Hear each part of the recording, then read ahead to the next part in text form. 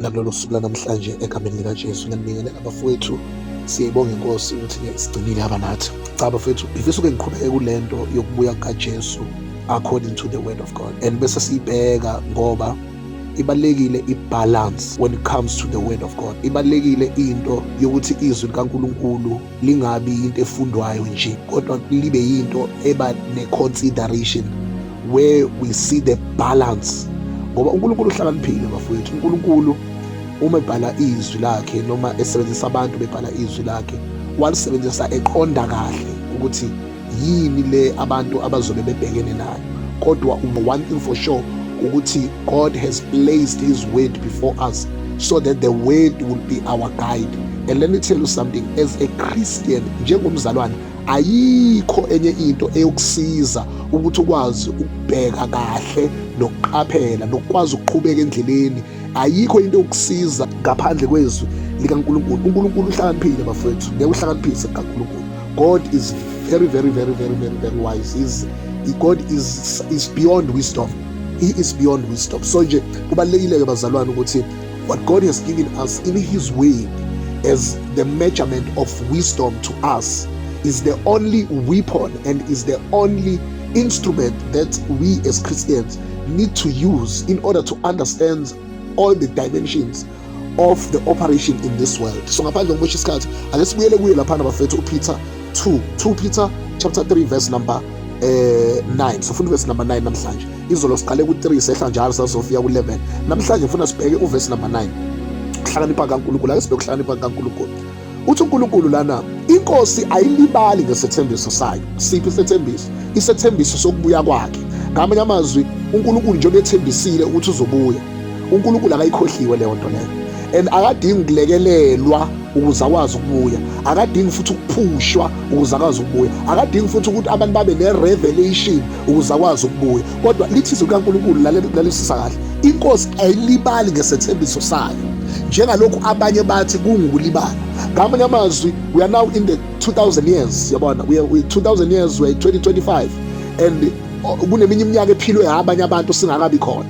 Kuneminye iminyaka ephilwe abantu sikhona, badlula sikhona. Kuseneminye iminyaka futhi which will still come, abantu abazophila ngayo uma uJesu kodwa engakabuyi. So yonke le minyaka, all these decades, lithi izwi likaNkulunkulu, abantu bathe mabebheka bebuka uJesu engabuyi, bebuka ukuthi uNkulunkulu wayeshilo wathi uJesu uzobuya, kodwa kuze kube manje akabuyi, base bacabanga ukuthi uNkulunkulu ukhohliwe. Layela bafowethu, into yokubuya kaJesu is relevant, into yokubuya kaJesu is true. uJesu uyabuya, but uma ezobuya bafowethu, usinikeze izimpawu esokwazi ukubona ngazo ukuthi yena useyabuya. Lezo zimpawu kodwa azisho ukuthi ubuya kusasa, azisho ukuthi ubuya ngonyaka ozayo, azisho ukuthi ubuya nge-25 zikaNovemba. Kodwa lezi zimpawu indlela yokuthi thina njengabantwana bakaNkulunkulu siqale sibe naso ngempela isiqiniseko sokuthi lokhu uNkulunkulu ayikushilo ezwini lakhe kunjalo. So-ke bese-ke lithi izwi likaNkulunkulu, abantu bakubiza ngokulibala ukuthi uNkulunkulu uyakhohlwa bafethu.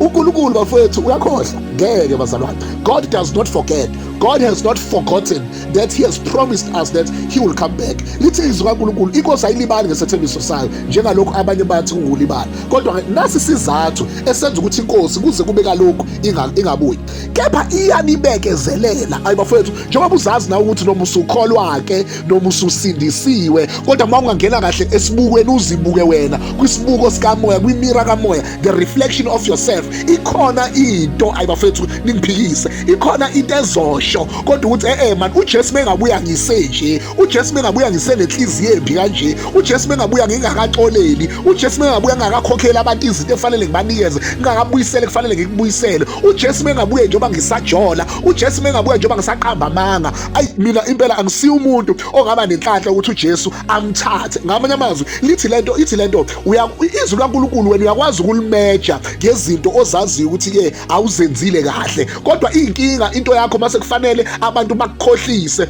ukholwe kalula lezo zinto lezo, kodwa kuhluleke ukuthi wazi ukuthi njengoba usenezinto ezi-difficult kusafanele uzilungise, ekusafanele wena uyozivuma enkosini, ongakazivumi ezenza ukuthi inkosi ikubekezelele. Lithi izwi likaNkulunkulu, kepha inkosi yanibekezelela ngoba ayithandi ukuba kubhube namunye. akafuni uNkulunkulu ukuthi sibhubhe, kodwa uyasibekezelela. How long is he going to be patient for us, on us? No, that one depends on him.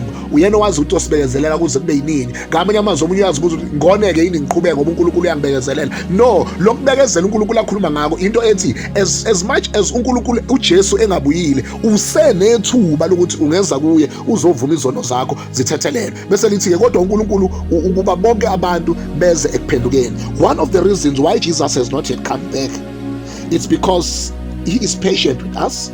Number two, he wants us to repent. He wants us to change our minds. He wants us to see him as God and our only hope. He wants us to be assured that he is the God that is coming. He wants us to make sure that we rectify, we sort things that are not yet sorted. We put things in the alignment of his way. uNkulunkulu bafethu usibekezelela ukutheni sazi ukuthi uma sesifika ngalena uyobe kungasenayo, uyobe ungasenayo ukuzilandulela, because God has given you so much time, so much patience to repent. But guess what? You did not repent. The only thing that we can speak about, the only thing that we can talk about as Christians to the world, as Christians to Christians, is to repent. Nayo into singakhuluma ngayo ukuthi sithi uJesu engabuyile namhlanje nakusasa makungenzeka sivuke engabuyile. One of the things that we need to do is to repent from our sins, repent from our mindset, repent from the old nature of living and live the life of his way, the life of holiness, the life that God has designed us to live, only if we repent. So ke bafethu lithi uNkulunkulu kephi inkosi ayilibali ngesithembiso sayo njengalokho abanye bathi ungulibala, kepha iyasibekezelela, ingathandi ukuba kubhubhe namunye, kodwa ukuba bonke malithi bonke lithi bonke beze ekuphendukeni. That is the ultimate goal.